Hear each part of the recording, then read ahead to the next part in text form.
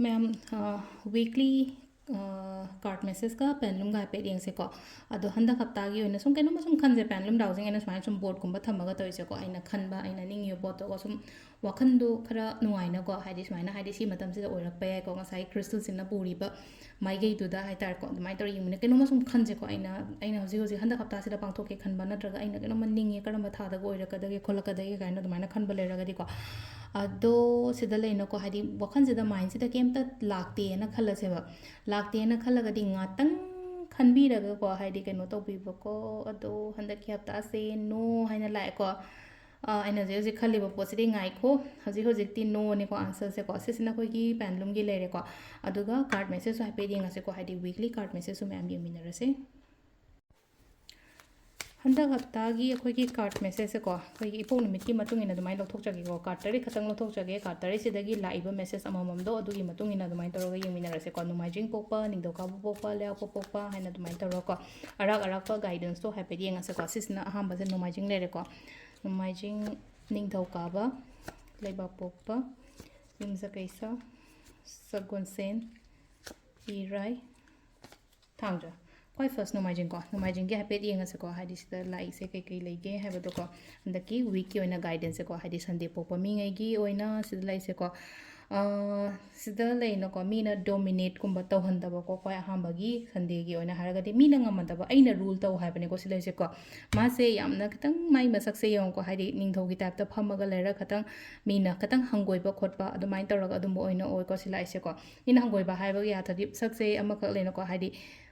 कनोमद अखोगी खुलापगी type अदुमाय तौरगा लेरिको माइ सकसे अदुना हाइदि सिदा लेनको मीना ngमहंदबा मीना कनो तौहंदबा Meena dominate तौहंदबा emotionally यामना कनो चटपा यादेको खतंग हाइ तारेको थबक तो मतमदा प्रैक्टिकली इंप्लीमेंट तौबा थबक इंखांग तौबा मतमदको अदुदुमा लेरे अदुगा मीना डोमिनेट कुंबा तौहंदबा ऑलवेज आइगी पॉइंट ऑफ व्यूज करी क्राश कुंबा मैम से थमको सिसना कोइगी नंबर 1 संडे को मंडे की ओइना सिलाइसे मंडे गेना हाइदि वखन शांति द लयो ईश्वर निंगो हाइदि आइगी अखंग अहे करी क्रा लेनो को अहनमन ओइरो आइगी मथक थोंबो ओइरो मोइगी गाइडेंस की मतुंगिना फॉलो गुंबा तौबा अदुमसु लेरेको अदुगा अइना खंगजबा अइना हैजबा गुंबा लेरगसु हाइदि ताकपियो तंबियो मिंगोंदा शेयर तौवा अफबा अमा लाको मतमदको अइंगोंदा कइनोमा शेयर कइनो लाएना खलसे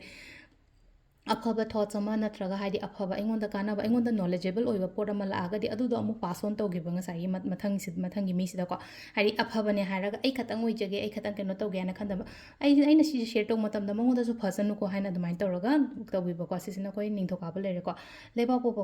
पोकपगी ओइना सिलेजे प्रॉब्लम्स कुंबा लेरगदिको लोइसनबा ओइना ओइको सिदा हाइजे खतंग वारसु वाना लेनोको प्रॉब्लम्स लोइसनलगा इनौ नौना लोइना म हौबगी टाइप तमा लाएको अदुगा युमजा कैसा सिलाइसे अखोइगी को पैसा नुसा करी क्रा लेरिबा खोलिबा मैम से फजन मैनेज तौगे हाइनसु खल्लेको अनौ थबक स्टार्ट तौगे कइनोमा कदाइदनोमा चलगा इन्वेस्टमेंट ओइरो अमा ओइरो को थबक हौगे काइना दुमाइना खल्लेको सिसे खल्लिसे अइंगोंदा फजन खंथरगा गुंबा तौबियोको हाइदि यामना फबा यामना कानबा ओइना ओइगनिको सिसिना कोइगी कइनो ओइना ओइरेको युमजा कैसा लेरेको सगोनसेन की सिदा लेसे हाइतारेको बर्डन मैम पूरा चले खतंग हजिकसे बर्डन मैम पूरा हाइदि पोलुम पूरा चपदो ngasai gi magi yanglen sida पूरीबा कइनोसे बैग अचौबा मा थांगा चले को लुकथरगा चोकथबा हारसने को पैसा नुसागी प्रॉब्लम्स कुंबा कइगुंबासु ओइगलेको सिगी कार्ड से लाको मतंदा पैसागी ओइना खतंग प्रॉब्लम फेस तौबा खोपा हंगबम लेतबा हाइबम लेतबा कनादा हंगदोइनो कनादा कनाना दोइनो खोतोइनो हाइबगी दुमाइना लेतबदो हाइबमसु लेते अदुगा अइनासु हाइनिंगदबजु दुम फावगनीबा अदो दरकार लेरगदि को हायोको खतंग अइगा नकनबा मीगुंबा कइगुंबा यामना टेंशन गुंबा लइए पैसासिना प्रॉब्लम होइरगा अतागदि हाइबदा हंगबदा अकाइबा कइसु लेतेबा सिना अखोइगी कइनो लेरेको सगोनसेन लेरेको